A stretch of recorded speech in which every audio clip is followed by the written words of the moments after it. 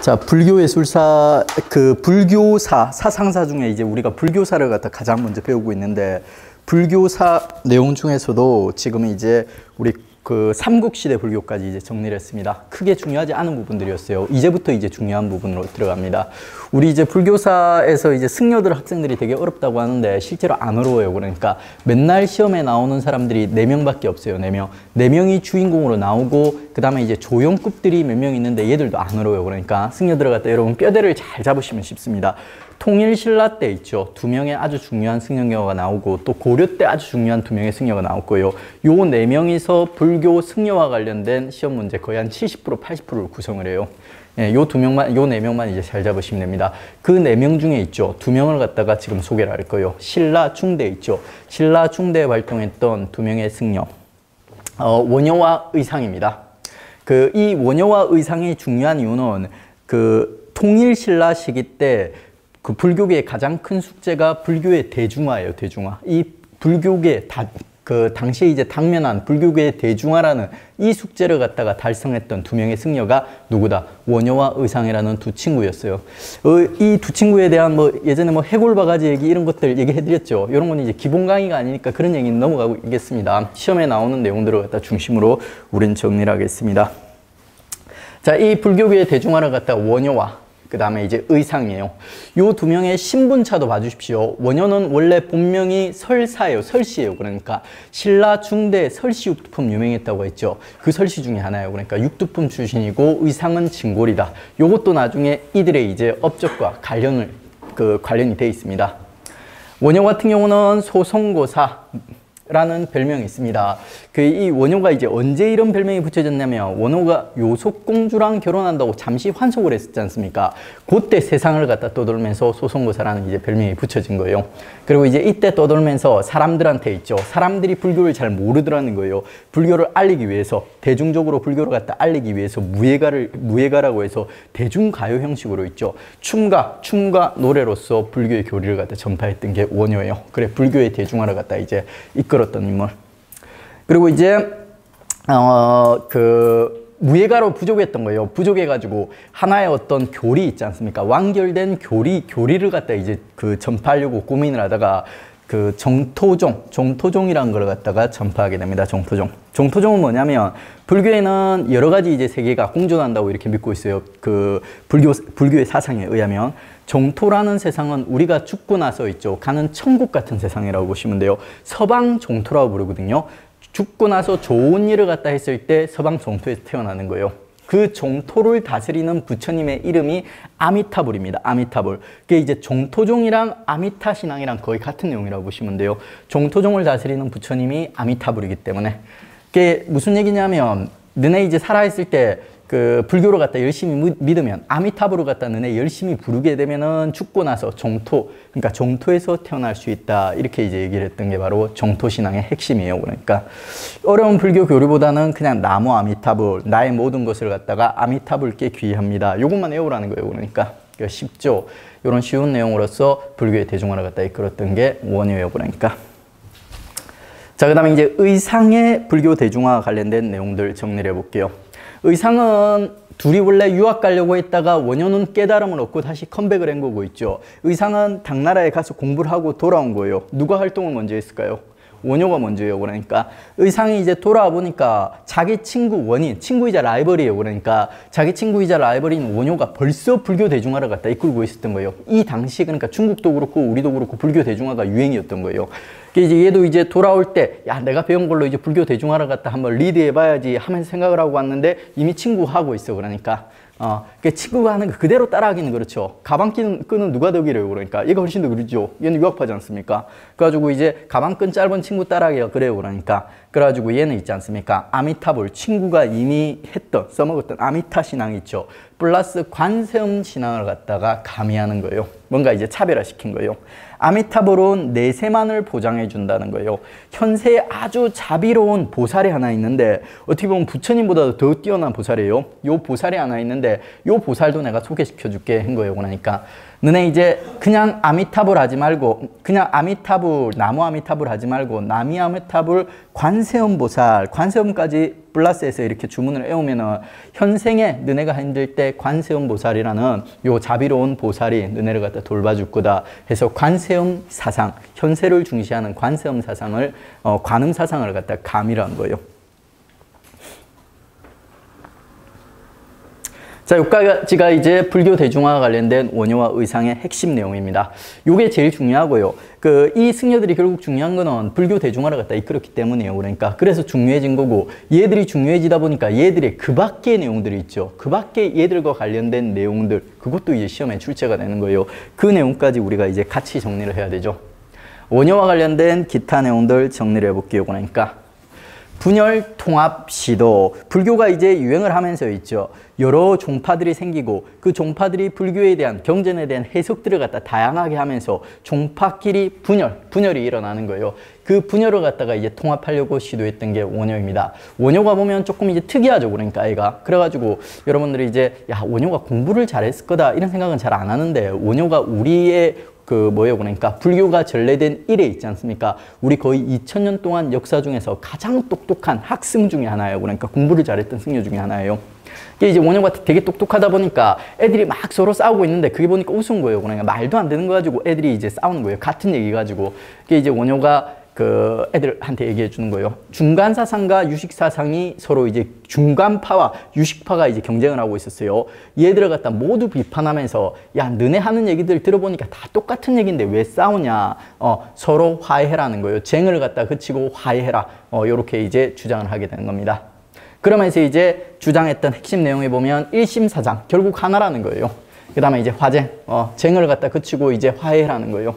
그러면서 했던 얘기 중에 원융해통 사상, 요거는 좀 어려운 내용이에요. 요거는 여러분들 있죠. 원융해통이라는 원융사상이라는 단어가 등장하면은 누구와 관련되냐면 그 의상이에요, 의상. 근데 원융해통 사상 하면은 또 원효예요. 그러니까 이 원융해통 사상이 결국 화엄종에서 뻗어나온 건데, 화엄종이 이때 중국에서 대세였던 거예요. 결국 이제 원효도 그렇고 의상도 그렇고 화엄종이 이제 영향을 받습니다. 받는데 이걸 이제 좀 썼던 단어들이 좀 다른 거예요.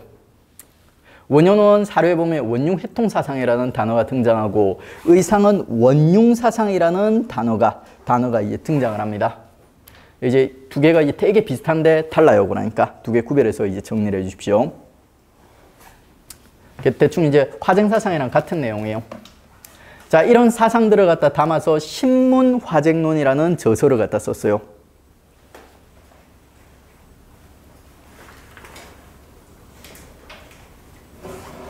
그리고 이제 얘가 공부 잘하다 보니까 불교 이해 기준을 갖다 제시하는 여러 책들도 쓰게 되고요. 금강산매경론, 불교 이론 정리 뭐 크게 중요하진 않고 이게 있죠. 그냥 원효의 주요 저서다. 요까지 이제 기억하시면 돼요. 대승기신론서, 대승불교 해설기인데 이게 중요한 게 아니에요. 그냥 대승기신론서가 누구 책이다? 원효 책이다. 의상 거랑 이제 바꿔서 내는 거예요. 대승기신론서는 나중에 이런 내용보다도 사료가 중요해요.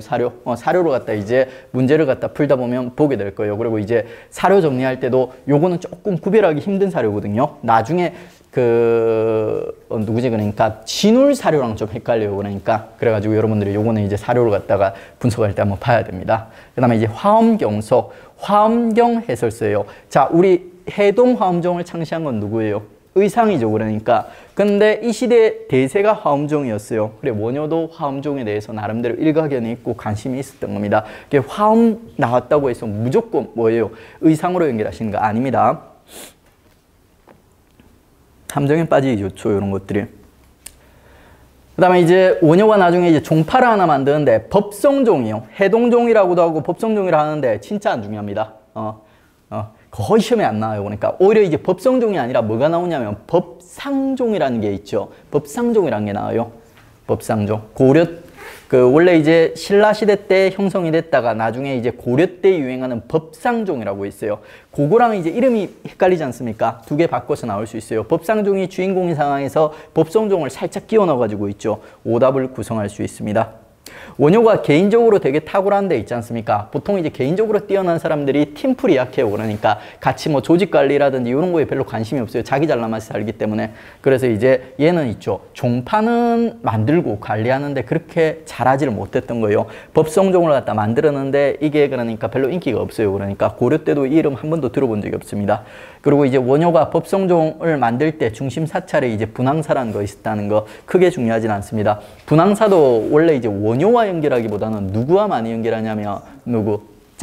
짜장이랑 많이 연결해요. 짜장 선동요와 맞아요. 그러니까 여기랑 이제 많이 연결하니까 세트로 이제 같이 기억을 해주십시오. 자, 다음에 이제 의상 들어가겠습니다. 자, 의상 사상이 화엄종이에요. 의상이 이제 중국 당나라에서 공부해 온 게 화엄 사상이거든요. 요 중국에서 이제 그 화엄 사상을 갖다 공부해 와가지고 얘가 있지 않습니까? 해동 화엄종을 갖다 이제 창시를 하는 거예요. 이게 이제 화엄종의 핵심 사상이 요거예요. 일즉다 다즉일, 일즉다 다즉일. 하나는 즉 모두이고 모두는 곧 하나이다. 요 사상을 옛날 교과서에는 이렇게 적었어요. 왕즉불사상. 왕이 모든 나라이고 있죠. 나라가 곧 왕이다. 이런 식으로 해서 왕즉불사상으로 해서 그랬는데 최근 교과서에는 있죠. 최근 교과서에는 왕즉불사상이라 대놓고 얘기를 안 해요. 그러니까. 근데 옛날 교수님들은 이걸 갖다 왕즉불사상으로 해석하는 사람도 있거든요. 그러니까 이제 그냥 한번 봐주십시오. 보통 이제 그냥 원융사상 이렇게 합니다. 화엄종의 핵심 사상인 원융사상이다. 이걸 풀어서 얘기하면 이렇게도 이제 표현할 수 있다고 합니다. 모든 만물은 있죠. 서로 의존하고 있죠. 조화를 이루고 있다. 조화, 의존, 핵심 키워드입니다. 조화와 의존이 바로 그 의상의 화엄종의 핵심 키워드예요. 조화와 의존이.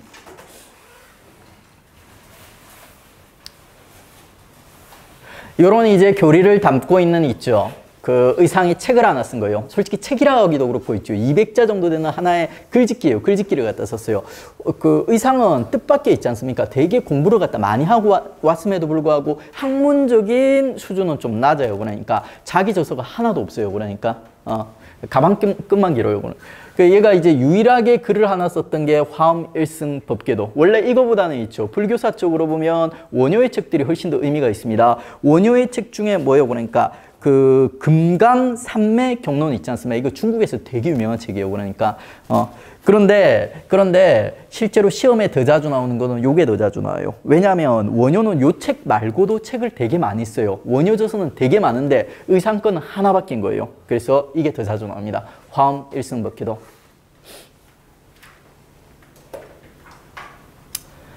자, 다음에 이제 얘가 신분이 뭐라고 했어요?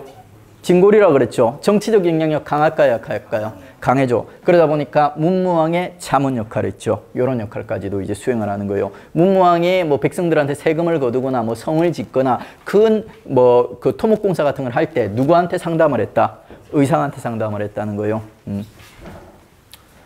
자, 다음에 이제 종파. 얘가 가방끈이 짧아서, 가방끈은 긴데 공부를 못했다고 했죠. 그러니까. 근데 또 잘하는 게 하나 있었어요. 그러니까 뭘 잘했냐?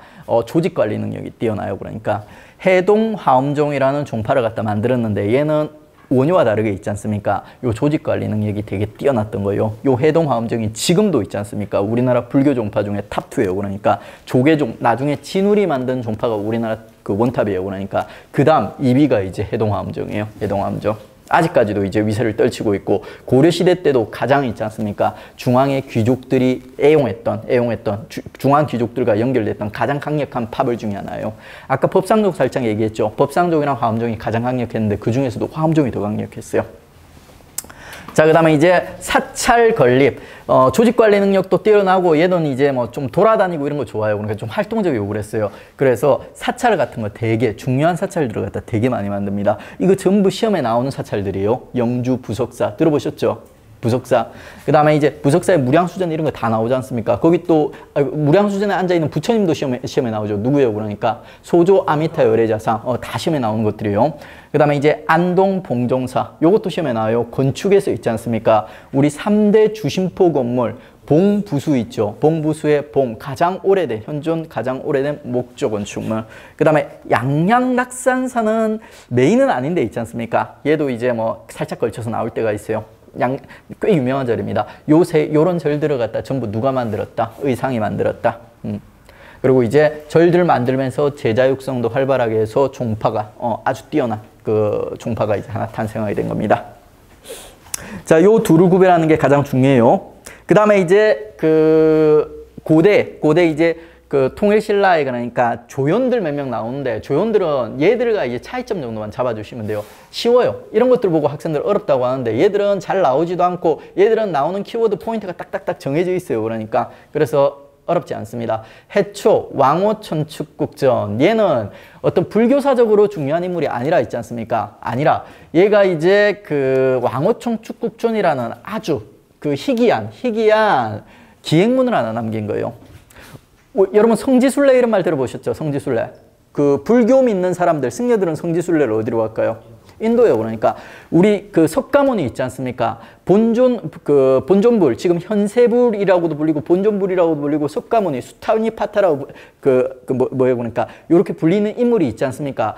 요 분이 인도의 원래 왕자 출신이에요. 인도의 왕자 출신. 그래서 이제 성지순례를 가면 우리 어디로 가냐면 인도로 가는 거예요. 해초란 사람이 당대 이제 인도에 성지순례를 갔다 온 거예요. 그래 이제 갔다 온 길을 갔다 온 경험을 갖다 바탕으로 기행문을 쓴 거예요. 그게 왕호천축국전. 근데 이 왕호천축국전이 중요한 이유가 뭐냐면 요 당시에 중앙아시아에 대한 기록이 있지 않습니까? 전 세계적으로 되게 드물어요. 그러니까 거의 없다고 보시면 돼요.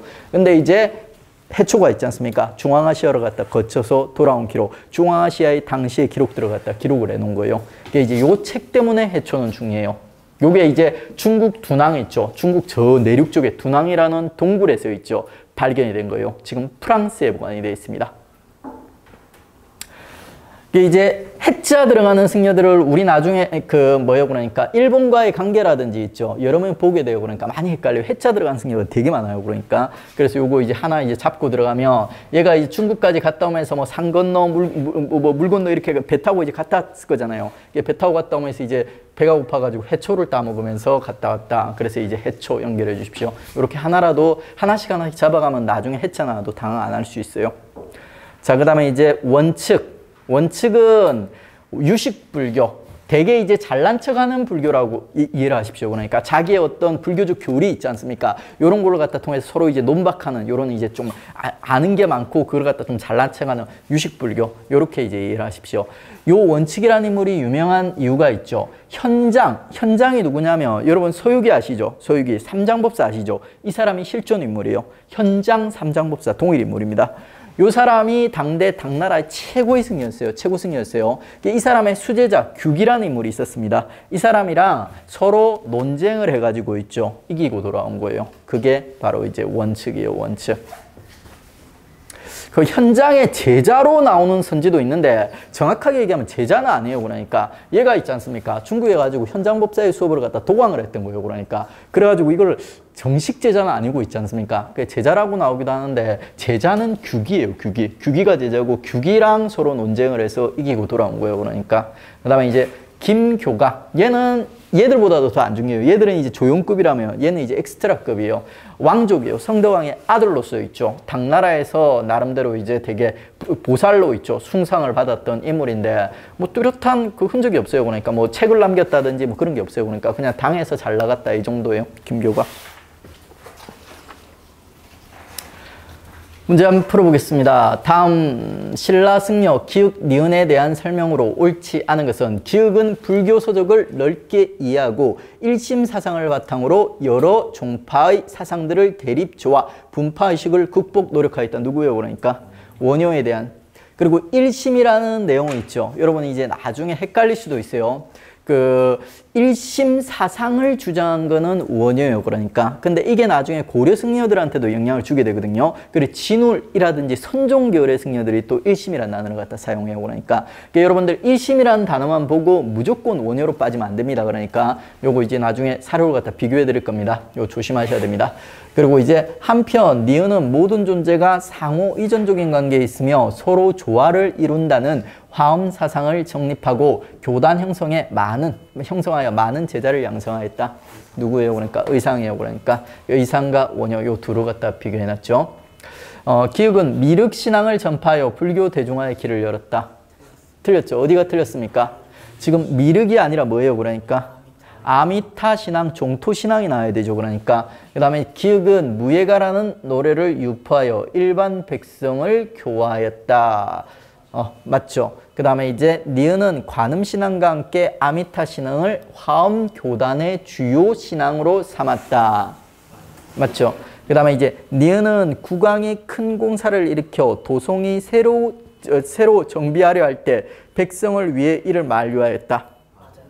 요런 이제 왕이 이제 어떤 이제 뭐 공사라든지 큰 일을 할 때 얘한테 이제 자문을 갖다 받았다고 했죠. 그 얘기를 갖다 하고 있는 겁니다.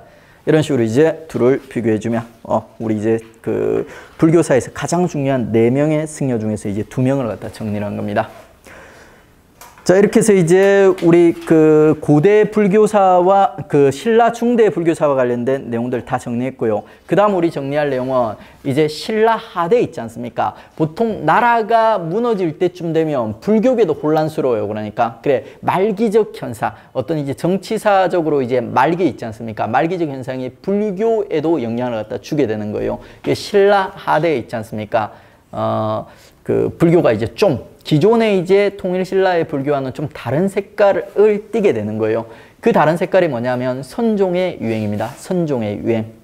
자, 선종과 교종의 차이는 이미 제가 정치사에서 앞에 설명해 드렸죠. 교종이라는 거는 경전을 열심히 읽어서 부처님이 되려는 애들, 책 읽는 거 좋아하는 애들. 교종은 뭐예요? 아니, 선종은 뭐예요? 참선, 자기 안에 부처님이 있다고 믿고 자기 안을 끊임없이 들여다보려는 요런 이제 종파가 바로 선종이에요. 그러니까 그 선종이 신라하대에 유행하게 됩니다. 정치사랑 연결해 봅시다. 정치사적으로 보면 신라하대에 누가 성장해 가는 거예요? 호족들이, 지방 호족들이 성장하죠. 얘들이 무신계열이에요? 아니면 문신계열이에요? 기본적으로 다 무력 기반을 가지고 있는 애들이요. 얘들 출신은 진짜 다양합니다. 중앙의 진골 출신들도 있긴 한데 있죠. 나름대로 지방에서 힘께나 쓰는 애들이요. 그러니까 전부 다 그러니까 나름대로 무력 기반을 가지고 있고 그렇기 때문에 이제 무신들과 색깔이 비슷해요. 그러니까 그 말은 머리가 비어 있다. 그러니까 책 보는 거 좋아해요, 싫어해요? 싫어하게 되죠. 그러니까 선종을 좋아하게 되는 겁니다. 선종이랑 궁합이 잘 맞는 거예요. 이게 이제 요 선종이 있죠. 새로 들어온 선종이 신라하대에 유행을 갖다 하게 되는 겁니다. 자, 선종이 이제 형성되는 거는 이 선종은 중국에서 있죠. 불교와 도교가 합해진 거라고 보시면 돼요. 여러분 도교가 막 이렇게 참선하고 이렇게 도 닦고 이러는 거지 않습니까? 그거랑 이제 불교랑 합해져 가지고 등장한 게 이제 선종이에요. 그러니까 이게 이제 수련 방식도 보면 도교의 영향을 많이 받아요. 사색이라든지 참선에 있죠. 자기 안의 진리를 깨달으려는 자기 내면을 갖다 끊임없이 바라보는 그렇기 때문에 개인의 정신세계를 중시한다. 이런 평가를 받고 있습니다.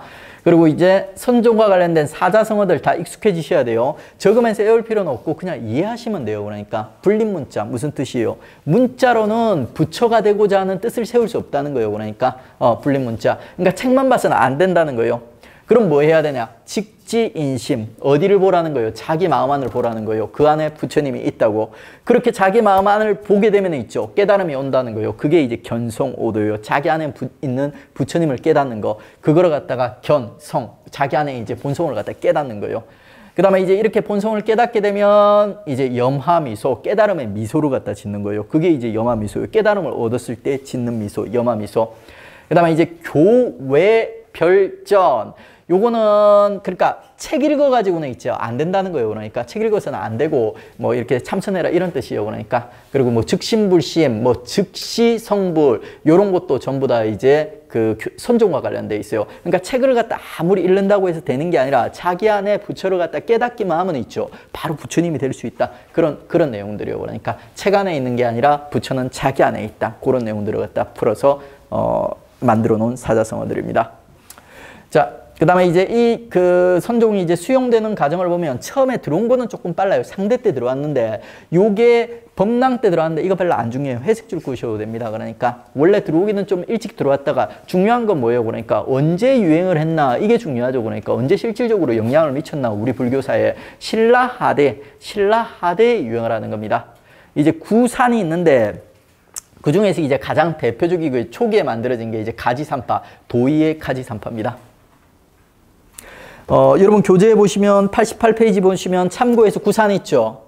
구산 다 외우지 마세요. 다 외우면 이거 정말 이제 힘들어요. 그러니까 이게 물어볼 수도 있긴 해요. 그러니까 교수님들 진짜 미친 척하고 물어본 적도 있어요. 그러니까 근데 이게 원래는 이제 낼 만한 문제가 아니에요. 그러니까 여기서 이제 그나마 여러분이 기억을 하셔야 되는 거는 도의, 가지산파.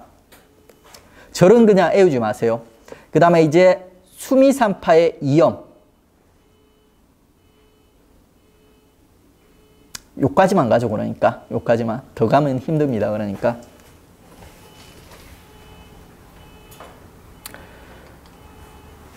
그 다음에 이제 관련 교종원 불교를 학문적으로 접근하여 뭐 경전 해석을 중시하였다. 문신들이 선호하였고 이건 뭐 우리 다 아는 내용이네요.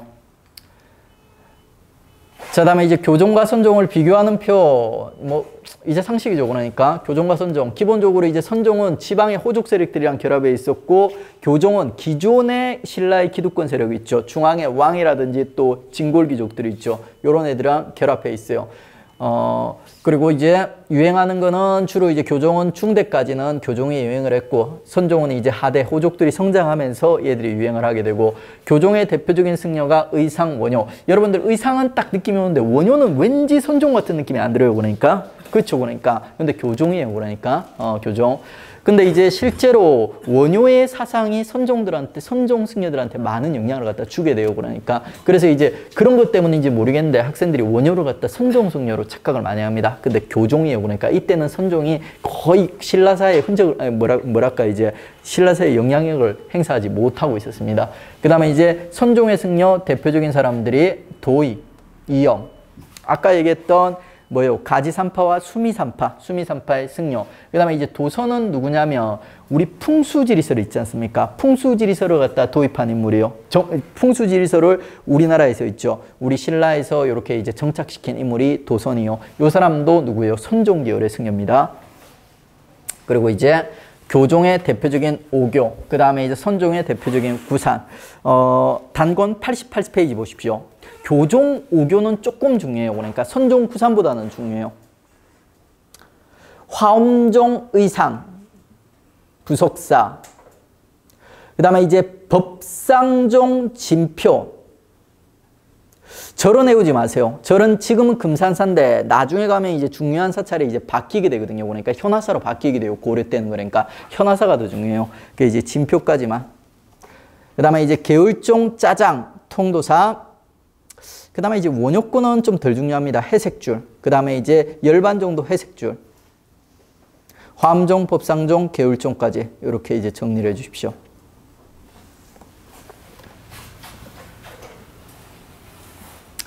자, 다음에 이제 교종과 선종이 좋아했던 불교 예술, 불교 유산들 보시면 있죠. 교종은 아무래도 중앙에 돈 많은 사람들이 지지를 받았기 때문에 좀 뭔가 규모가 있는 있죠. 불탑이라든지 불송 같은 거 있죠. 이런 것들이 이제 만듭니다. 조형미술을 발달시키는 거예요. 귀족적인 조형미술을. 그런데 이제 선종 같은 경우는 얘들보다 아무래도 경제력이 좀 떨어지는 호족들이 이제 지방 세력들이 지원해 받는 거예요. 그래서 얘들보다 조금 스케일이 작아요. 불탑보다 좀 작은 게 뭐예요? 그러니까 승탑이죠. 불탑은 누구를 모시는 거예요? 부처님의 사리를 모시는 게 불탑이에요. 승탑은 누구를 모시는 거예요? 유명한 승려, 그 지역의 유명한 승려들을 갖다 모시는 게 승탑 부도라고 불러요.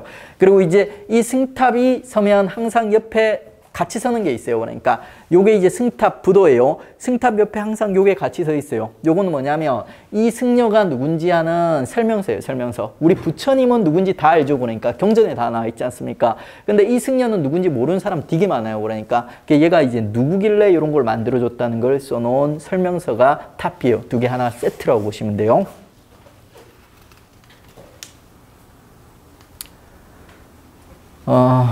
요거 이미 정리했네요. 그 다음에 이제 발해 불교와 관련된 내용들 정리해보죠. 발해 불교. 별로 내용이 없어요. 그러니까 문왕이 있죠. 전륜성왕을 자칭하였다. 전륜성왕 자칭한 사람은 되게 많죠. 불교계에서 되게 위대한 있지 않습니까? 세계를 갖다 지배하는 왕이에요. 그게 좀 이제 자부심 강한 이런 왕들이 보면 전륜성왕이라는 명칭을 갖다가 잘 써요. 여러분 아시는 왕 누구 있어요? 그러니까 삼국시대 때 많았죠. 성왕, 진흥왕, 무왕, 이런 왕들이 이제 전륜성왕이라는 명칭을 갖다 다 써요. 발해 때 문왕도 전륜성왕이라는 명칭을 갖다 쓰게 됩니다. 그리고 이제 상경에 10여 개의 절터 유적. 이때는 이제 뭐 중국이고 우리고 전부 불교가 이제 대세던 시기예요. 그래 발해도 당연히 이제 불교가 유행하게 되는 겁니다. 그리고 이제 발해 석등 어느 나라의 영향을 받았다? 고구려의 영향을 받았다. 밑에 연꽃무늬가. 그 다음에 이제 이불병자상 요것도 어느 나라의 영향을 받았다? 고구려의 영향을 받았다. 자, 이렇게 정리를 해주시면 됩니다. 사료, 다음 하대 불교계의 새로운 경향을 알려주는 다음 사상에 대한 설명으로 옳은 것은 불림문자, 견성어도 나왔죠. 그러니까 셀 길이 없어요. 그러니까 무조건 무슨 사상이에요. 그러니까 선종에 대한 얘기예요. 그러면 이제 전제왕권을 강화해주는 이념적 도구로 작용하였다. 아니죠. 그러니까 왕권이 아니라 얘들은 호족이랑 결합을 했다고 했죠. 신라 하대에. 그러면 이제 지방에서 새로이 대도한 호족의 사상으로 받아들여졌다. 요게 딱 정답이네요. 그러니까 왕실은 이 사상을 포섭하려는 노력에 관심을 기울이지 않았다. 되게 애매한 선지예요. 그러니까 솔직히 이런 거는 이제 우리 전형적으로 보는 선지가 아니에요. 그러니까 근데 항상 이런 선지들이 출제가 돼요. 그러니까 근데 우리는 이런 거 보고 당할 필요 없어요. 우리 수업에서 배운 내용에서 정답은 나오게 돼 있어요. 이런 것들은 여러분들이 이런 내용들을 얼마나 제대로 완벽하게 알고 있나를 갖다 시험해 보기 위해서 있죠. 함정을 갖다 파기 위해서 만든 문구일 뿐이에요. 그러니까 왕들이 이 사상을 한 번이라도 포섭하려고 노력을 한 적이 있어요. 그러니까 있으면 이거는 정답이에요. 틀린 거예요. 틀린 거죠. 그러니까 예외가 있기 쉬운 선지들이에요. 그러니까 문제를 많이 풀어보시면 이런 느낌이 와요. 그러니까 요거는 충분히 예외가 있을 수 있는 상황이고 예외가 조금이라도 있으면 이 선지는 틀렸는데 이런 느낌이 없고요. 그리고 완벽한 정답이 있죠. 그러니까 인도에까지 가서 공부해온 승려들에 의해서 전파되었다. 어때요? 그러니까 자, 인도에까지 갔다 온 승려 우리 대표적인 사람이 누구 있어요? 그러니까 해초 있죠. 그러니까 해초 같은 사람들은 교종이에요. 교종 승려들이 돈이 많아요. 그러니까 귀족이고 이러다 보니까 보통 이제 우리 선종 승려들은 뭐예요? 깨달음이 책이라든지 어떤 장소에 있는 거예요? 자기 마음에 있는 거예요? 자기 마음에 있는 거예요. 그렇기 때문에 이제 막 멀리 가서 유학하고 공부하고 이런 거보다는 있죠. 그냥 산에 들어가 가지고 있죠. 혼자서 이렇게 도 닦고 이런 것들 좋아하는 애들이요. 유학 가고 이런 것들은 교종이랑 관련돼 있습니다. 교종 애들이 유명한 스승들 찾아가지고 유학 가고 그러는 거잖아요. 자, 이렇게 해서 이제 우리 고대 불교사와 관련된 내용들 다 정리했습니다. 연결해서 이제 고려 불교로 들어갈게요. 자, 고려에 이제 정치사를 5마디로 나눴죠. 그 5마디에 맞춰가지고 있죠. 불교사를 갖다 한번 정리해 보도록 하겠습니다. 호족주도기, 그러니까 고려 초기의 불교. 기본적으로 이제 고려는 숭불정책이에요? 옥불정책이에요? 숭불정책이죠. 그러니까 고려는 불교의 나라입니다. 유교가 정치적으로 나중에 성종 이후에 자리를 갖다 잡긴 해도 있죠. 기본적인 사상체계 있지 않습니까? 민간에서 사상, 생활에 있어서는 불교가 이제 압도적인 이런 식이에요. 그래서 숭불의 나라입니다. 태조 왕건 때부터 숭불 정책이 이제 시작이 되는 거예요. 팔간의 연등의 장려, 요거 훈요 십자에서도 보셨죠. 그러니까 아주 중요한 내용입니다.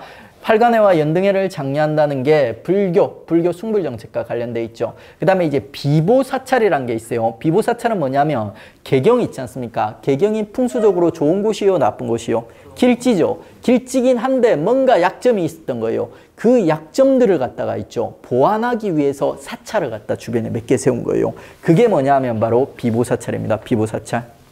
우리 훈요 10조에 보면 내가 이제 사찰들을 갖다가 도선의 역에 따라서 있죠. 도선의 법칙에 따라서 세워놨으니까 후대 왕들은 사찰을 더 세울지도 말고 막 이렇게 건들지도 말라 이런 문구들 보셨죠. 그러니까 그게 바로 비보사찰 얘기하는 거예요. 비보사찰. 개태사 등 비보사찰들을 갖다 건립을 했던 겁니다. 근데 요거는 단순히 불교와만 관련된 게 아니라 무슨 사상이랑도 관련될 수 있다. 풍수지리랑도 관련될 수 있어요. 절을 갖다 지은 위치 같은 거 있죠. 이게 풍수지리랑 관련이 되어 있는 거예요. 자, 그 다음에 이제 숭목사, 되게 어려운 내용이에요. 회색줄 그어주세요. 승적을 관리하는 기구. 요 두 개, 요거는 A급, 요거는 한 C급 정도 되고, 얘는 이제 거의 회색줄 E급이요. 제가 회색줄 하는 건 E급이에요, E급.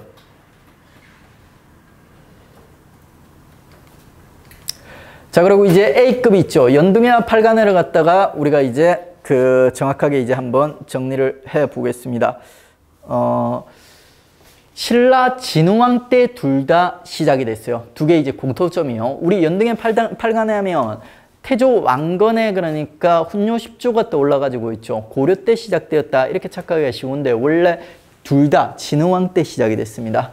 그 다음에 이제 고려 태조가 중시했고 나중에 이제 성종 때 폐지됩니다. 일시적으로. 최승로의 시무 28조에서 영등회와 팔간회가 여러 가지 폐단을 났습니다 하는 거 들은 적 있죠. 그래 잠시 일시적으로 폐지가 됐다가 나중에 다시 부활하는 게 언제냐면 현종 때요. 현종 때. 현종 때 무슨 일이 있는 거예요. 그러니까 거란의 외침을 갖다가 맞으면서 야 우리가 이제 연등회 팔간회 안 하니까 거란 애들한테 맞는 것 같아 애들이 이러면서 있죠. 다시 이걸 갖다 부활시키게 되는 거예요. 그리고 현종 때 또 뭐 했어요? 요거랑 플러스해서 초조대장경 조판. 그거랑 같은 흐름으로 보시면 돼요. 우리가 이제 불교를 소홀히 하니까 거란이란 민족한테 우리가 맞는 것 같아 하면서 다시 이제 불교의 신경을 갖다 쓰는 겁니다. 자, 여기까지는 연등회 팔간회의 큰 흐름이에요. 그러니까 그 다음에 우리가 이제 고난도 문제를 대비해서 정리해야 될 게 연등회와 팔간회를 구별하는 거예요. 요 두 개가 은근히 또 성격이 달라요. 그러니까 그 차이점을 잡아봅시다. 일단 있죠. 둘 중에 하나는 순수한 불교 행사, 하나는 뭔가 좀 섞여있는, 잡교들이 섞여있는 불교 행사예요. 어떤 게 순수한 불교 행사 같아요? 애우지 말고 느낌상. 연등회가 우리 연등, 연꽃이 불교를 상징하는 꽃이죠. 이게 순수 불교, 얘는 불교 플러스 기타 잡것들 섞여 있는 거예요. 불교, 그 다음에 기타 잡것들. 그 다음에 또 하나 이제 우리 상식으로 이해할 수 있는 게 어떤 게 규모가 컸을까요? 자, 연등회는 불교 믿는 사람만, 팔간회는 온갖 잡것들 다 모이죠. 그러니까 팔간회가 더 연등회 그 규모가 컸습니다. 실제로 이제 대규모 국제 형사였다고 이렇게 보시면 돼요. 이 연등회는 진짜 순수하게 불교 행사 시작했던 거고 팔간회는 진흥왕 때 있죠. 위령제 형태로 시작됐다고 합니다. 위령제가 뭐예요? 영을 위로하는 거예요. 그러니까 전쟁이 많이 일어나다 보니까 사람들이 많이 죽겠죠. 그 영혼들을 갖다 위로하는 행사로 이제 했는데 이 위령제를 갖다 승려들이 있지 않습니까? 승려들이 주도를 했던 거예요. 그러면서 이제 불교와 이제 관련을 갖다 맺게 됐던 겁니다. 그 다음에 마지막 여러분이 암기해야 되는 포인트 중에 하나가 일시예요. 그러니까 언제 얘들이 치루어졌는가. 연등회는 정월대보름 언제예요? 그러니까 연초 있지 않습니까? 연초에 달이 가장 그 밝게 뜨는 달 있지 않습니까? 그때 이제 한 번 딱 치러졌고 있죠. 그 다음에 이제 팔간회는 있지 않습니까? 얘는 이제 겨울쯤이에요. 그 가을에서 겨울로 넘어가는 그 시기에 두 차례 치러집니다. 서경에서 한 번, 개경에서 한 번. 날짜를 정확하게 외울 필요는 없어요. 정확하게 외울 필요는 없는데 뭐 이제 겨울 시작되는 무렵에 이렇게 서경에서 개경에서 두 차례 치러졌다. 이렇게 이제 구별해 주시면 됩니다.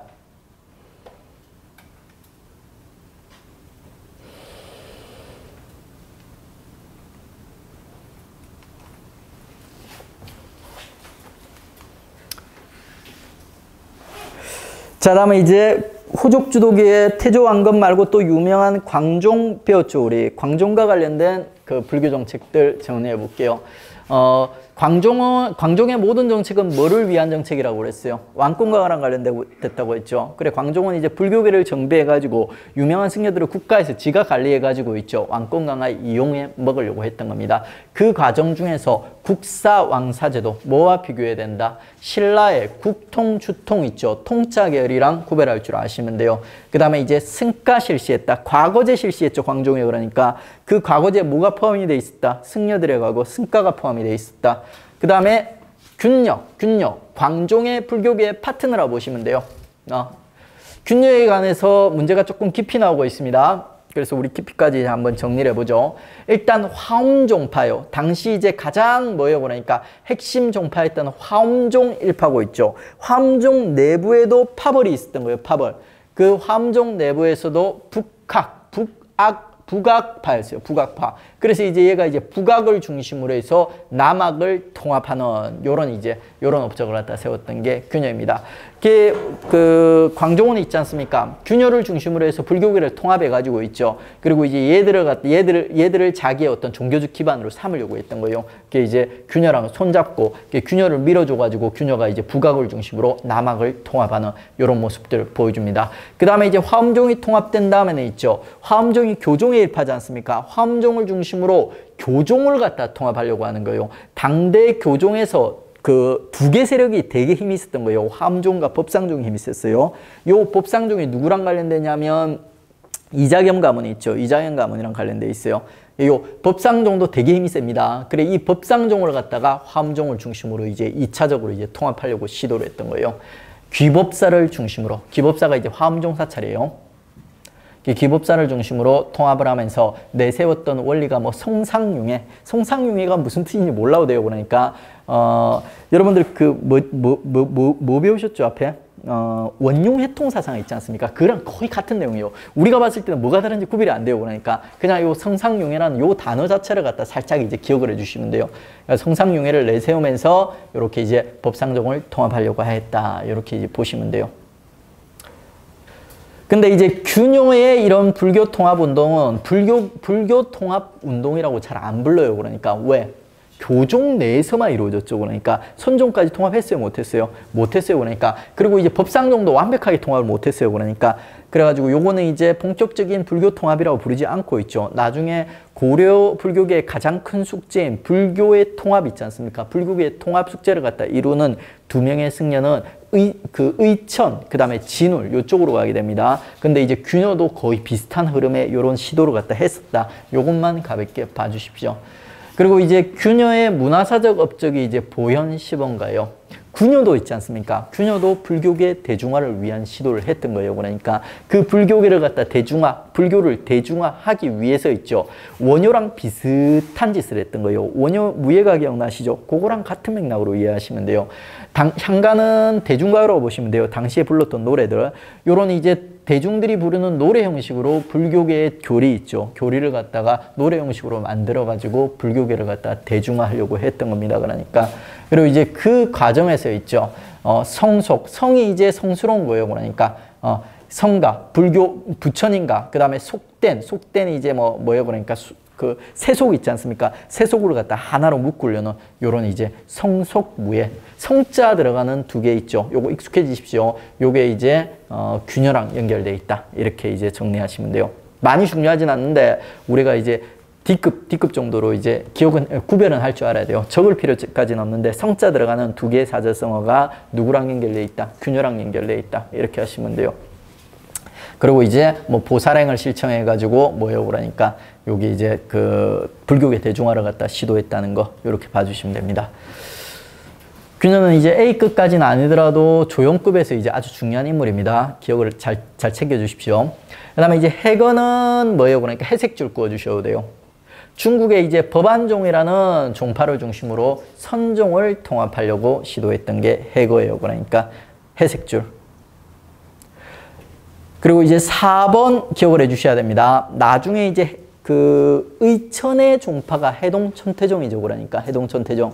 요 천태종이 우리랑 되게 관련이 깊어요. 원래는 중국 종파였어요. 근데 이게 이제 우리한테 전파가 된 상태에서 중국 천태종의 본사찰에 있지 않습니까? 큰 화재가 나게 돼요. 화재가 나게 되면서 그 천태종과 관련된 서적들이 이제 다 불타게 됩니다. 그러고 나서 이제 이 서적들이 우리 고려에 있었던 겁니다. 고려에. 그래서 중국 천태종에서 우리한테 도움을 요청하는 거예요. 그 책과 교리를 갖다가 좀 전파해 달라는 거예요. 그때가 바로 광종 때입니다. 그래서 이제 광종 때 있죠. 고려의 제강가 의통이라는 승려가 있죠. 중국에 역으로 있죠. 중국에서 들어온 천태종을 갖다 역으로 중국에 전파하게 되는 거예요. 제가는 천태사교이라는 책을 갖다 써가지고 중국에 천태종의 핵심 사상을 전파를 했고요. 그 다음에 의통이라는 인물은 중국에 가가지고 있죠. 중국 천태종의 교주가 되는 거예요. 교조. 주지승려가 되는 거예요. 이제 제강과 의통도 이제 살짝 기억을 해주십시오. 한 C급 정도 됩니다.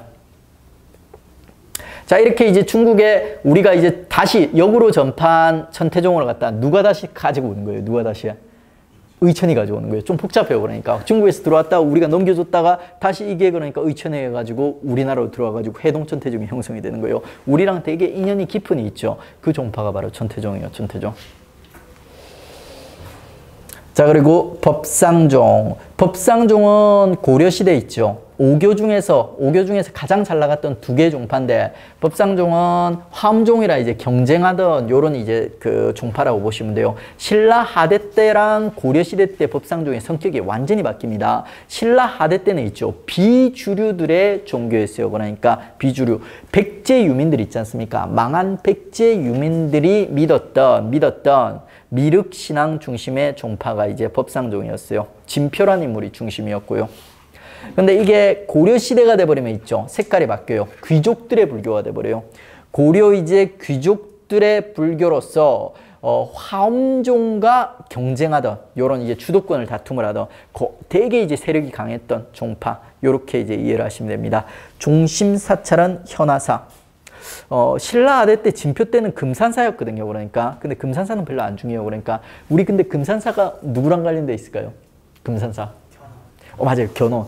어느 땅에 있겠어요? 후백제 땅에 있겠죠. 그러니까 후백제 금산사를 중심으로 형성됐던 종파였는데 이게 고려 때 엄청나게 성장해가지고 고려의 귀족들이랑 연결이 돼가지고 현하사를 갖다 중심으로 세력을 갖다 떨쳤던 겁니다. 이자겸 지방 같은 경우가 이제 대표적으로 그러니까 법상종이라 이제 연결돼 있다고 보시면 돼요. 자, 이러면 이제 고려 호족 주도기의 불교를 우리가 이제 정리했습니다. 요거는 이제 크게 중요한 내용은 아니에요. 중요하긴 중요한데 메인은 아니에요. 진짜 이제 고려 불교계 메인으로 이제 우리 들어갈 겁니다. 그러니까 제가 얘기했죠. 신라의 우리 승려 4명이 가장 중요하다고 했습니다. 그 중에서 제일 중요한 2명, 통일신라 충대 원효와 의상 공부했죠. 그러니까 그 다음에 이제 우리 고려 시대 때 남아있는 2명이 있지 않습니까? 중요한 승려들을 갖다 이제 정리할 거예요. 정신 바짝 차리세요. 그러니까 이제 여러분들 다른 승려들은 이 승려들과 인과관계 속에서 정리를 하세요. 이 승려들 이전에 이런 일들이 있었다. 이후에 이런 승려들이 있었다. 어떤 중심을 갖다 딱 잡아놓고 있죠. 나머지 조연이나 엑스트라들은 이 승려들과 얘들과 관계, 중심을 갖다가 중심과의 관계 속에서 이렇게 정리를 하시면 있죠. 체계적으로 여기 정리가 되고 그러니까 자, 고려불교의 중심이라고 할 수 있는 문벌 귀족기에 있죠. 문벌 귀족기의 의천에 대해서 이제 먼저 공부를 해보겠습니다. 자, 의천은 문종에서 숙종 때까지 이제 활동했던 승려예요. 그러니까 문종의 넷째 아들입니다. 그러니까 막내 아들이었어요. 당시에는 불교가 정말 사회적 지위가 높았거든요. 왕족이라든지 귀족 있죠. 귀족 이런 사람들도 승려가 되는 경우가 많았어요. 문종이 넷째 아들, 막내 아들을 갖다가 있죠. 승려를 갖다 만든 거예요. 그러니까 이제 별명은 대각국사, 큰 깨달음을 갖다 얻은 승려. 고려시대 때는 유명한 승려들 앞에 그 4글자로 있지 않습니까? 이렇게 이제 별명을 갖다 주어줬던 거예요. 그리고 고려 때는 뭐예요? 그러니까 유명한 승려들을 갖다 국사, 왕사 이렇게 부른다고 있지 않습니까? 그 이제 대각국사 의천이에요. 왕실과 귀족의 지원으로 교종이 성행하였다. 기본적으로 이제 고려 문벌 귀족기 때 상황이에요. 그러니까 교종이 있지 않습니까? 교종이 이제 왕실과 귀족들이랑 연결돼 있어요. 왜? 고려의 왕실과 귀족은 문신 계열이죠. 그러니까 공부하는 계열이다 보니까 교종이랑 궁합이 좋은 거예요. 그 상황에서 왕인 문종이 있죠. 넷째 아들을 갖다가 넷째 아들 의천을 갖다가 승려로 만든 거예요. 그러다 보니까 얘는 당연히 이제 교종 계열로 공부를 하게 되는 거예요. 이제 당나라에 유학을 가가지고 있죠. 공부를 하고 애가 돌아와가지고 이제 그 당대 불교계의 가장 당면한 큰 숙제를 갖다가 이제 애가 해결하려고 하는 거예요. 고려 불교계의 가장 큰 숙제가 뭐냐면 불교계 통합이에요. 그러니까 우리 이제 불교계 분열 문제가 이제 원효 때부터 조금씩 이제 두각을 드러내지 않습니까? 그리고 신라 아대 되면 오교구산이 형성이 되죠. 그리고 또 이게 고려로 오지 않습니까? 아까 보셨죠? 화엄종 내에서도 북악파, 남악파 하면서 또 싸워요. 그러니까 엄청나게 많은 종파들이 있죠. 그 안에서 얘들이 막 서로 아웅다웅하고 지네가 맞다면서 다른 사람은 틀렸다면서 이렇게 아웅다웅 싸우고 있는 상황이에요. 그러니까 그 상황에서 있죠. 고려 불교계의 가장 큰 숙제는 불교계의 통합입니다. 그 통합의 숙제를 갖다 의천이 해내려고 시도를 하는 거예요. 그게 먼저 있지 않습니까? 교종부터 이제 통합하려고 해요. 교종. 그리고 교종을 갖다 뭐를 중심으로 통합을 하려고 하냐면 화엄종. 흥왕사라는 화엄종의 중심 사찰이 있거든요. 요 사찰을 중심으로 해서 교종을 갖다 통합을 했습니다. 교종은 나름대로 이제 귀족이라든지 좀 요런 계열들의 지지를 갖다 받고 있기 때문에 얘들은 왕권으로부터 자유로울 수가 없거든요. 그러니까 얘들은 나름대로 이제 왕이 시키고 그러면 말을 들어요. 그러니까 교종 통합까지는 좀 순조롭게 됩니다. 그러니까 교종 통합. 그 다음에 이제 선종이 문제예요. 선종 좀 뭔가 좀 자유분방할 것 같은 느낌이죠. 얘들이 말을 잘 안 들어요. 그러니까 이 선종을 갖다가 화엄종을 중심으로 통합하려고 해봤는데 안 돼요. 그러니까 아니 우리가 왜 교종 애들 말 들어야 되는데, 그러니까 이렇게 얘기하면서 애들이 반항을 하는 거예요. 그래서 있지 않습니까? 지금도 좀 그렇죠. 그러니까 우리나라 거보다 국산보다는 외산이 좀 뭐예요. 그러니까 조금 그게 권위가 있죠. 그러니까 이제 외국에서 종파를 갖다 새로 하나 수입해오는 거예요. 그 수입해온 종파가 뭐다? 천태종이에요. 천태종. 국청사라는 절을 갖다 중심으로 있죠. 외국에서 수입해온 천태종 있죠. 천태종을 중심으로 선종까지 이제 통합하려고 시도를 하는 거예요. 그 과정에서 나왔던 사자성어들이 이런 애들이요. 교, 간, 겸수, 내외, 겸전, 성, 상, 겸학. 요거는 다 무슨 내용이냐면 있죠. 부처님이 되기 위해서는 있죠. 교종의 공부 방법만으로도 부족하고 있죠. 선종의 공부 방법만으로도 부족하고 두 개를 갖다 같이 병행을 해야 된다는 거예요. 교가 누구에 어떤 방식일까요? 배울 교자지 않습니까? 배울 교종. 그 다음에 관은 뭐를 바라보는 거예요? 자기 내면을 바라보는 거예요. 선종을 얘기하는 거예요. 내외, 겸정. 그러니까 뭐 요것도 이제 같은 말이에요. 그 다음에 성상경학도 거의 같은 말입니다. 이런 식으로 있죠. 교종과 선쟁을 겸해가지고 있죠. 겸해야지만 요게 이제 진짜 완벽한 공부다. 요렇게 이제 애들을 갖다 설득을 하면서 교종과 선쟁을 갖다 통합을 했던 게 누구예요? 그러니까 의천입니다. 의천의 저서가 2권이 있는데 이거 안 중요해요. 그러니까 회색줄 그어놓고 가볍게 한 2번 정도 읽어주십시오. 그러니까 의천의 가장 큰 과제는 이거였어요. 그러니까 가장 큰 업적은 불교계 통합, 화엄종을 통합을 했고 있죠. 화엄종을 중심으로 교종을 통합을 하고 그 다음에 천태종을 중심으로 선종까지 통합을 하였다. 이렇게 이제 보시면 돼요.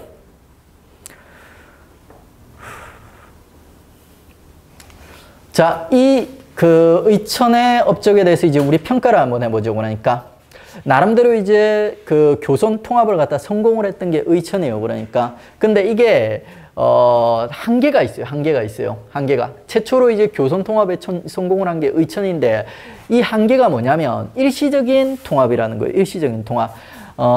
이 통합은 있지 않습니까? 의천이라는 왕자 있지 않습니까? 왕자의 후광, 그러니까 왕자의 정치적 권위를 갖다 빌어서 이루어진 일시적 통합이라는 거예요. 그러다 보니까 의천이 죽고 나면 어떻게 되는 거예요? 다시 분열되는 거예요. 그 다음에 또 어떤 교리의 통합이 있었다는 게 아니에요. 교리적인 어떤 이제 뭐 선종과 교종 간의 어떤 교리적인 일치가 있었던 게 아니라 있죠. 단순하게 물리적인 있죠. 교단의 통합이었다는 거예요. 이게 결국 이제 궁극적인 있지 않습니까? 궁극적인 통합이 아니었다는 거 있죠. 요게 이제 의천의 불교계 통합 운동의 가장 큰 한계죠. 그러니까. 그 다음에 이제 2번째 한계는 뭐냐면 이 통합운동을 주도했던 의천이라는 인물이 있지 않습니까? 이 인물이 이 시대 최고의 기득권이었던 왕족 출신이라는 거예요. 그러다 보니까 불교계 내에서 있죠. 기득권을 중심으로 이루어지고 있던 불교계 폐단들 있죠. 이런 폐단들을 바로잡을 수 있었을까요? 없었을까요? 못 잡는 거예요. 그러니까 불교계 폐단을 갖다 바로잡는데도 미흡하였다. 이런 2가지 한계점이 지적받고 있습니다. 그게 이제 의천의 불교계 통합운동이에요. 요런 의천에 있지 않습니까? 의천의 불교계 통합의 한계를 극복하기 위해서 등장하는 인물이 나중에 무신직공계 누구냐면 진울이에요. 그러니까 진울은 나중에 이제 요 2개 있지 않습니까? 요 2개의 한계 문제의식을 가지고 있죠. 요 2개의 한계를 갖다가 뛰어넘고 불교계를 제대로 통합하려면 내가 어떻게 해야 되는가?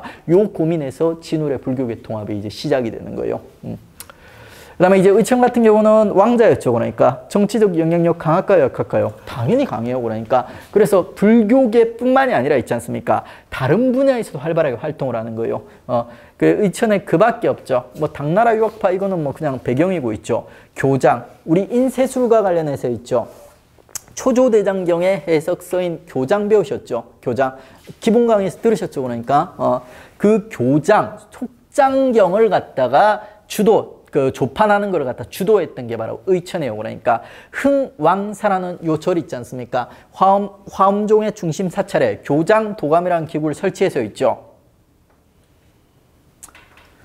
속장경의 조판을 주도했던 겁니다. 신편제종 교장 총록 들어보셨죠? 그러니까 요것도 이제 여기서 만들어집니다. 요 교장을 갖다 만드는 과정에서 있죠. 참고할 책들을 갖다가 누구야? 그러니까 의천이 모았던 거예요. 여러 나라에서. 그 책들의 목록이 바로 신편제종 교장 총록입니다. 그 다음에 이제 경제적으로 있죠. 화폐 사용권이. 얘가 당나라 유학했지 않습니까? 당나라 유학하면서 이제 보니까 중국에는 이때 이미 화폐를 갖다 쓰고 있어요. 이 화폐 써보니까 진짜 편한 거예요. 그러니까 옛날에 화폐 없을 때는 물건 교환 어떻게 했을까요? 물물 교환이요. 물물 교환. 화폐처럼 쓰이던 물건들이 있었거든요. 그게 뭐냐면 쌀이라든지 있지 않습니까? 옷감 같은 거예요. 이제 돈 없는 백성들은 주로 이제 쌀 같은 거 있지 않습니까? 이런 거 가지고 이제 물물 교환을 했고, 좀 부자들 이런 사람들은 옷감 있지 않습니까? 비단이라든지 옷감 같은 거 이런 걸로 이제 물건 교환을 했어요. 근데 이제 물건 사러 갈 때 이 쌀까마 지고 이렇게 가는 것보다는 동전 몇 개 들고 가는 게 훨씬 더 편하죠. 그러니까 돈 맛을 본 거예요. 그러니까 의천이. 그래서 이제 의천이 야, 화폐 사용해보니까 너무 편하더라. 우리 고려에서도 화폐 사용하자 하면서 형한테 건의를 했던 거예요. 그래가지고 이제 주전도감이라는 기구가 숙종 때 설치되고 있죠. 요때 이제 숙종 때 많은 돈들이 있지 않습니까? 돈들이 이제 만들어지게 되는 거예요. 어떤 거 있어요? 그러니까 이 암기하는 공식이 있었죠. 그러니까 건강하고 활기찬 삶을 위해서는 해해 기억나시죠? 고논 중보는 숙종도 게 아니에요. 그러니까 이건 누구 때 거예요? 성종 때 거. 나머지 돈들은 전부 누구 거였어요? 그러니까 해동통보, 해동중보, 그 다음에 활구 이런 것들이 있지 않습니까? 전부 주전도감, 숙종이랑 관련돼 있었죠. 예, 이런 식으로 이제 암기를 하시는 겁니다.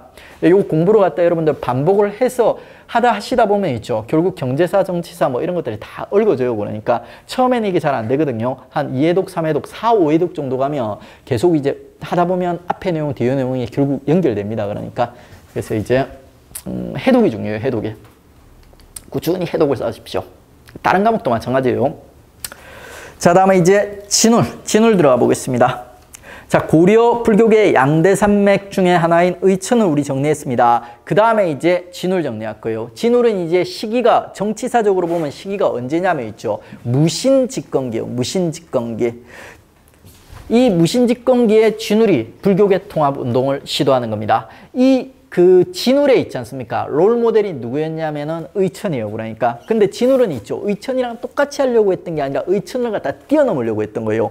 의천의 불교계 통합 운동에 두 가지 한계점이 있었죠. 그 한계점들을 갖다가 뛰어넘는 시도를 했던 게 바로 이제 진울이에요. 그러니까. 요 진울은 보시면 그 무신집권기 최충원 있지 않습니까? 최충원 때 활동했던 인물이요. 최충원의 오른팔과 왼팔에 있다고 했어요. 누구예요? 그러니까. 꾀돌이 하나 있었지 않습니까? 꾀주머니, 이규보, 이규보. 그 다음에 이제 불교계의 진울. 요 두 사람이 이제 최충원이랑 연결해 주시면 돼요. 이제 요 사람이 이제 최충원 때 이제 보조 국사 있죠. 국사라는 명칭을 갖다 얻을 정도로 이제 되게 정치적 권위도 높았던 거예요. 그러니까 종교적 권위도 높고, 요 진울이 이 권위를 갖다 바탕으로 해서 불교계 통합운동을 갖다 추진하는 거예요. 그런데 얘 불교계 통합운동의 롤모델이 의천이라고 그랬죠. 근데 의천의 불교계 통합운동의 한계가 뭐라고 했어요? 그러니까 교단 중심의 단기적 통합이었죠. 그러니까 이거를 갖다 뛰어넘기 위해서 뭐예요? 그러니까 진울은 있죠. 교리 중심의 통합을 시도했던 거예요. 교리 중심의 통합. 자, 그리고 이제 우리 의천은 있지 않습니까? 교종이었을까요? 선종이었을까요? 당연히 교종이에요. 그러니까 화엄종 그러니까. 그리고 왕가 사람이지 않습니까? 정치적 배경을 봐도 나와요. 그러니까 왕가 사람이니까 교종. 그러니까 얘는 교손 통합을 외치면서도 있지 않습니까? 교종이 중심이었을까요? 선종이 중심이었을까요? 당연히 교종 중심의 선종 통합이요. 그런데 진울은 보세요. 정치적으로 최충원 시대적으로 하니까 그러면 선종이에요, 교종이에요? 선종입니다. 그러다 보니까 얘는 선종 중심의 교종 통합을 필연적으로 외치게 되는 거예요. 그러니까 선종 중심의 교종 통합. 차이 아시겠죠? 교리 중심, 그 다음에 선종 중심의 통합. 요게 이제 그 의천이 있죠. 의천의 불교계 통합 운동과 차이점입니다. 자, 그 불교계 통합 운동을 진행하는 과정에서 만들어진 종파, 그게 이제 조계종이에요. 그러니까 선종계열의 조계종. 이게 우리나라에 있지 않습니까? 현재 최고 이제 종파예요. 그러니까 가장 세력이 센 있죠. 종파가 이 조계종이에요. 그리고 이제 무신정권이랑 정치적으로 연결돼 있다. 자, 이런 이제 불교계 통합운동을 주장하면서 진울이 했던 얘기예요. 도노점수, 정해쌍수. 도노점수는 있죠. 선종의 기본 교리예요. 그러니까 선종은 부처가 우리 안에 있다고 했죠. 그러니까 이 부처가 그러니까 그 갑자기 깨달아진다는 거예요. 막 우리가 공부하고 이런다고 깨달아지는 게 아니라 우리 내면을 갖다 바라보다 보면 어느 순간에 이제 부처가 있음을 갖다 우리가 깨닫는데요. 그러니까 그게 바로 이제 도노라는 깨달음이에요. 그러니까 갑자기 깨닫다 이런 뜻이에요. 그러니까 자, 그리고 이 갑자기 깨달은 거를 갖다가 점점 닦아 나가야 된다는 거예요. 점점.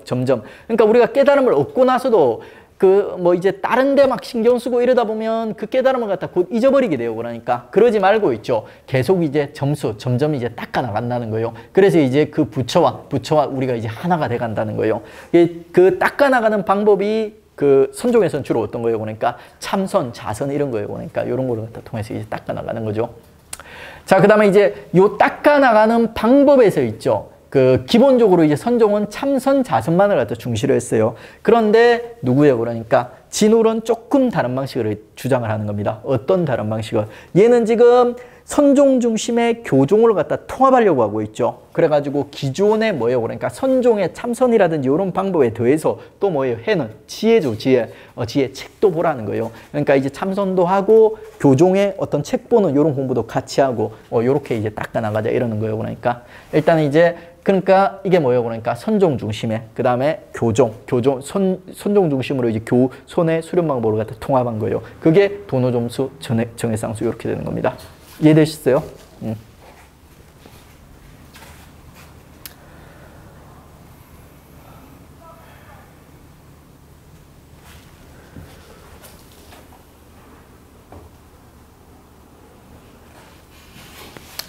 다음에 이제 우리 의천의 두 번째 한계가 뭐 있어요? 첫 번째 한계는 교단 중심의 일시전투와 두 번째 한계는 불교계의 폐단을 해결하지 못했다. 왜냐하면 의천 자체가 그 어떻게 기득권 세력이었어요. 그리고 그 기득권들이 폐단을 갖다 주도하고 있었던 거예요. 그 문제를 갖다 해결하기 위해서 진울이 있지 않습니까? 수선사 결사를 갖다 만들었던 거예요. 수선사 결사는 뭐냐면 있죠. 그러니까 기존의 불교계의 타락들을 갖다 해결하기 위해서 있죠. 승려들이 승려 본연의 자세로 돌아가자는 거예요. 그러니까 불교계의 정화운동이에요. 정화운동. 순천의 송강사를 중심으로 불교계 그 정화운동을 했던 겁니다. 근데 당시에는 있죠. 이 송강사가 이름이 뭐였냐면 수선사였어요. 수선사. 그래서 이제 이 불교계 정화운동의 그 단체, 정화운동을 주도하는 단체 이름이 수선사 결사였습니다. 수선사 결사. 승려 본연의 자세로 돌아가자. 그러니까 막 승려들이 막 장사하고 이런 거 하지 말고 있죠. 그냥 이제 자기 먹을 것들 자기가 직접 농사 지어가지고 불도에 힘쓰자 뭐 이런 있죠. 불교계 정화운동을 갖다가 이끌어갔던 게 바로 이제 진울이에요. 그러니까. 자, 그리고 이제 우리 의천에서 진울이 뻗어나왔죠. 요거랑 비슷하게 진울에서 있죠. 두 명의 조용급 승려들이 이제 뻗어나오게 됩니다. 진울의 영향을 받아서. 그 두 명의 조용급 중 하나가 이제 진울의 제자인 해심이에요. 해심은 누구냐면 있죠. 얘는 원래는 유학자 출신이에요. 유학자 관료 출신이에요. 과거에 합격한. 근데 얘는 이제 관료 생활을 해보니까 좀 안 맞는 거예요. 그러니까. 그래가지고 이제 관료를 그만두고 나서 승려가 된 거예요. 그러니까 얘가 나중에 승려가 돼가지고 불도를 갖다 열심히 공부를 해보니까 있죠. 불도와 유교가 있지 않습니까? 유학과 불교가 있죠. 크게 다르지가 않더라는 거예요. 그 핵심적인 교리가 일맥상통하더라. 요런 깨달음을 갖다 얻은 거예요. 그래서 애가 주장을 했던 게 해심의 유불일치설. 좀 어이없는 내용들이 많아요. 그러니까 해심의 유불일치설 보면 이런 내용이 있어요. 그러니까 공자라든지 그 노자 있지 않습니까? 도가의 노자 이런 사람들이 전부 부처님의 제자다 뭐 이런 기록이 막 나와 있어요. 그러니까 좀 어이없는 주장이에요. 근데 이제 얘 핵심 내용이 뭐냐면 결국 있죠. 유교와 불교가 있지 않습니까? 그 근원이 이제 동일하다. 이런 주장을 갖다 해주게 돼요. 그리고 요게 있지 않습니까? 나름대로 역사적으로 의미가 있는 거예요. 어떤 역사적 의미가 있냐면 요 사상에 기반해 가지고 있죠. 성리학이 자연스럽게 흡수가 된 거예요. 자연스럽게. 성리학이라는 사상이 그러니까 고려 후기에 도입되지 않습니까? 요 사상이 이제 자연스럽게 우리한테 이제 받아들여 줄 수 있었던 배경을 갖다 깔아주는 게 바로 해심의 유불일치설이었다고 합니다. 요런 이제 역사적 역할을 갖다 수행했기 때문에 해심도 무시하면 안 됩니다. 자, 그 다음에 이제 또 하나 진울의 영향을 받았던 새끼 승려가 하나 있는데 걔가 이제 요새예요. 요새.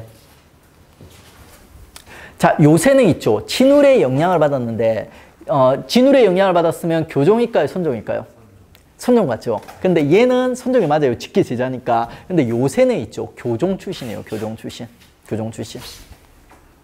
원래 교종 출신 승려가 있지 않습니까? 진울의 법회에 참가했다가 진울의 설법을 듣고 있죠. 감동을 받았던 거예요. 감동을 받아가지고 진울의 수선사 결사 있지 않습니까? 여기에 이제 참여를 했던 거예요. 참여를 해가지고 한동안 이제 같이 했습니다. 근데 같이 하면서 얘가 이제 약간 회의를 갖다 느꼈던 거예요. 이 수선사 결사가 좀 괜찮긴 괜찮은데 이게 좀 어렵다는 거예요. 나는 똑똑하니까 할 수 있겠는데 일반 대중들 있지 않습니까? 평범한 사람들은 참가하기가 어려울 것 같다는 거예요. 그래 자기가 있지 않습니까? 일반인들도 참여할 수 있는 있죠. 그런 결사를 한번 만들어 보려고 했던 거예요. 그 결사의 이름이 뭐냐면 백년결사예요. 백년결사. 백년결사. 강진 만덕사. 만덕사의 백년사라는 만덕사. 요게 이제 옛날에 백년사라고 불렸던 거예요. 요 사찰을 갖다 중심으로 해서 백년결사를 갖다 만들었던 겁니다. 여러분 강진하면 뭐 기억나는 거 없어요? 강진? 예? 우리 지역 문제도 시험에 나옵니다. 그러니까 정약용 유배지. 그 다음에 또 뭐가 유명한 곳이에요? 고려 청자 도예지. 그러니까 이렇게 해서 이제 강진과 관련된 내용도 정리를 해야 됩니다. 이 백년결사를 요새는 좀 쉽게 만들려고 했어요. 어떻게 쉽게 만들려고 했냐면 요 두 개 사상을 갖다 수입을 해가지고 있죠. 쉽게 만들려고 했던 거예요. 천태선 법화신앙이라고 고도 부르거든요. 요게 이제 천태종 일파인데 천태종이 좀 되게 어려워요. 책 보고 이래야 되지 않습니까? 책을 읽고 막 해석하고 이래야 되다 보니까 일반인들은 따라가기 어려워요. 그러니까 일반인들이 따라갈 수 있게 있죠. 쉽게 이걸 갖다 좀 이제 천태신앙을 갖다 천태종을 갖다 되게 쉽게 이제 만들어 놓은 게 일반인도 참여할 수 있게 만들어 놓은 게 법화신앙 천태선이에요.